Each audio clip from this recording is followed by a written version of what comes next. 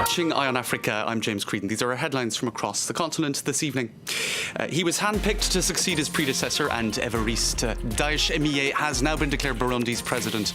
But there have been accusations of vote rigging by the leading opposition challenger. We'll bring you all the details on that. And it's back to school in Ivory Coast. Our reporters sat in with students as lessons resumed in the capital, Abidjan.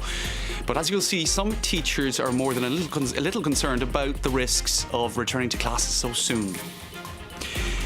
And a travel ban internationally means that many hurdles are to be jumped for those who want to make it home amid the pandemic.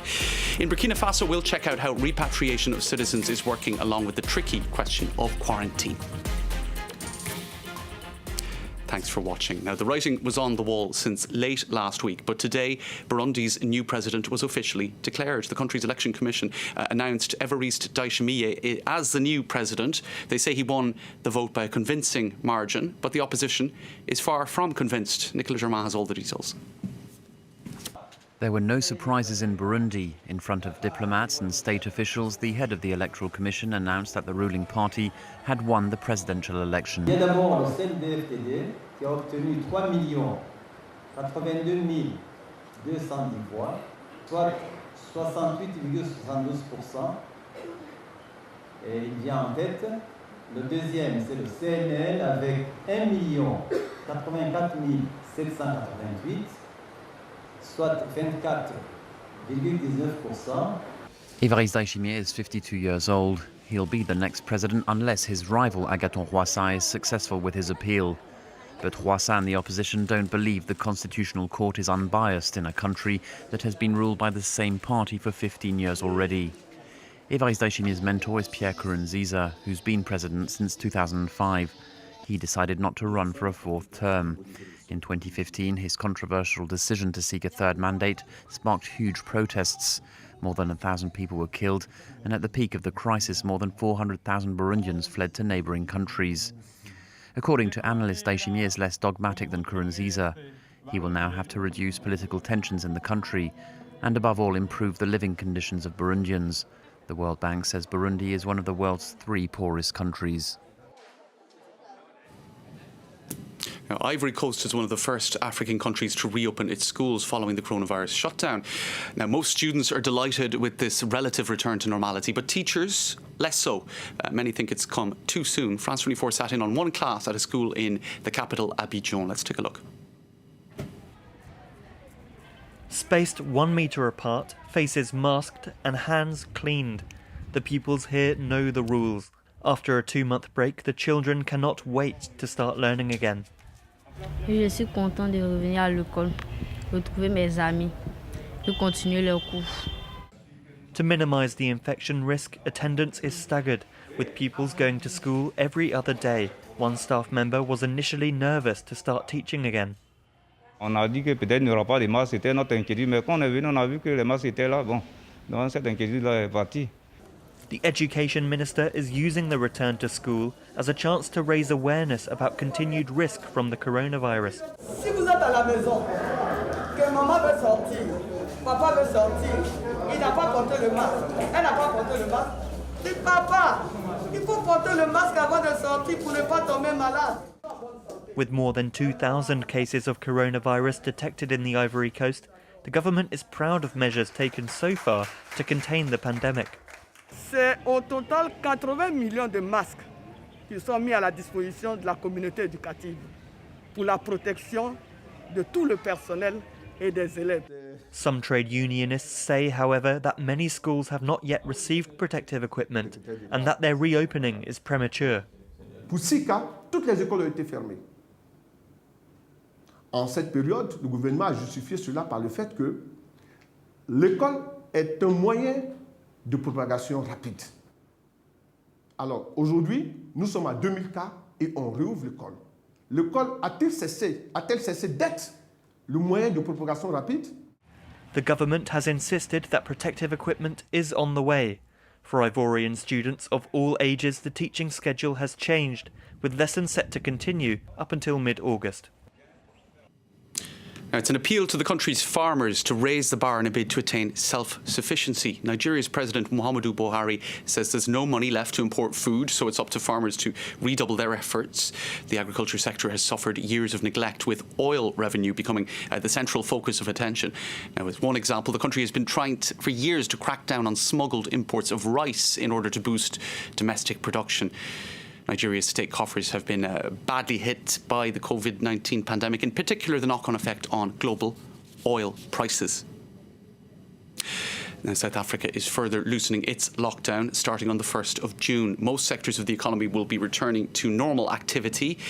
Yet despite this, President Cyril Ramaphosa has announced a sharp rise in the number of COVID-19 cases. Now, the lockdown led to severe hardship for many, including near starvation for some citizens. That has meant the pressure for business to resume cannot now be ignored by the government, despite a spike in cases. Let's take a listen to President Ramaphosa's warning. As scientists had predicted, the infections in our country have now started to rise sharply. 1/3 of the cumulative confirmed cases were recorded in the last week alone. And we should expect that these numbers will rise even further and even faster.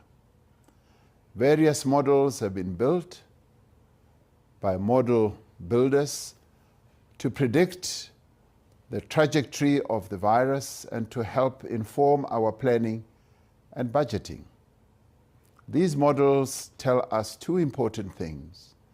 Firstly, that the coronavirus pandemic in South Africa is going to get much worse before it gets better.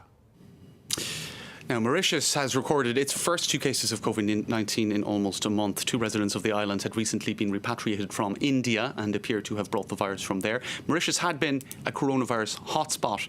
The Indian Ocean island had surged ahead of mainland East Africa with over 330 cases in the first 6 weeks of the outbreak.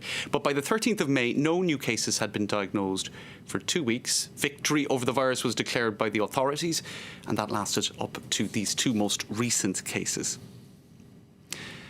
Now, for 2 months, international travel has been almost completely impossible, and one of the complications, repatriating citizens stuck abroad amid the pandemic and quarantining them on their return home. In Burkina Faso, flights carrying very few passengers compared to usual have been touching down in Ouagadougou airport. Our correspondent went along to see how it's all being managed.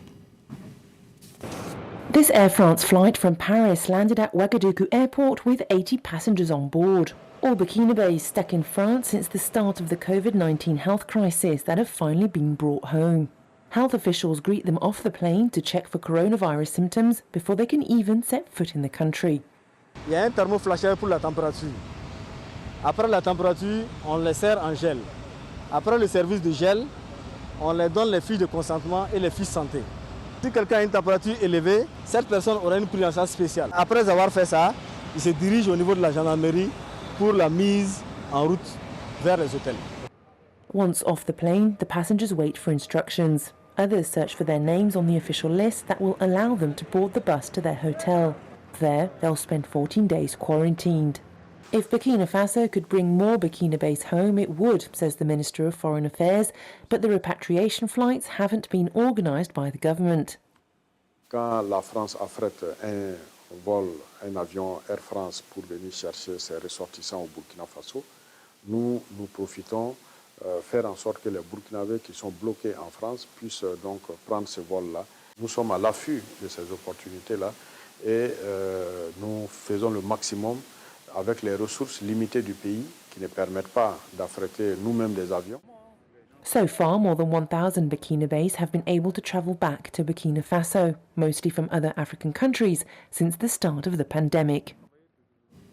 Now, every year on May 25th, events take place across Africa to mark Africa Day. Now, it all started in a bid to support the efforts of the African Union's predecessor, that was the Organisation of African Unity, set up on this day in 1963, in a bid to cast off the shackles of colonisation. Now, every year it's a celebration of the organisation's successes. But this year, much of it has been moved online. Some of the continent's biggest stars performed at a 2-hour concert. Now, Idris Elba hosted festivities. All of the money is going to COVID-19 related initiatives. Elba himself contracted the disease back in April. Now, amongst the stars in the lineup, Benin's Angelique Kidjo, Kenya's Sauti Sol, South Africa's Sho Majozi, and Nigeria's Burna Boy. That concert having completed festivities a little bit earlier on this evening, and for those who missed it, it's widely available online. That's all for this edition of Eye on Africa. Thanks for watching and good night.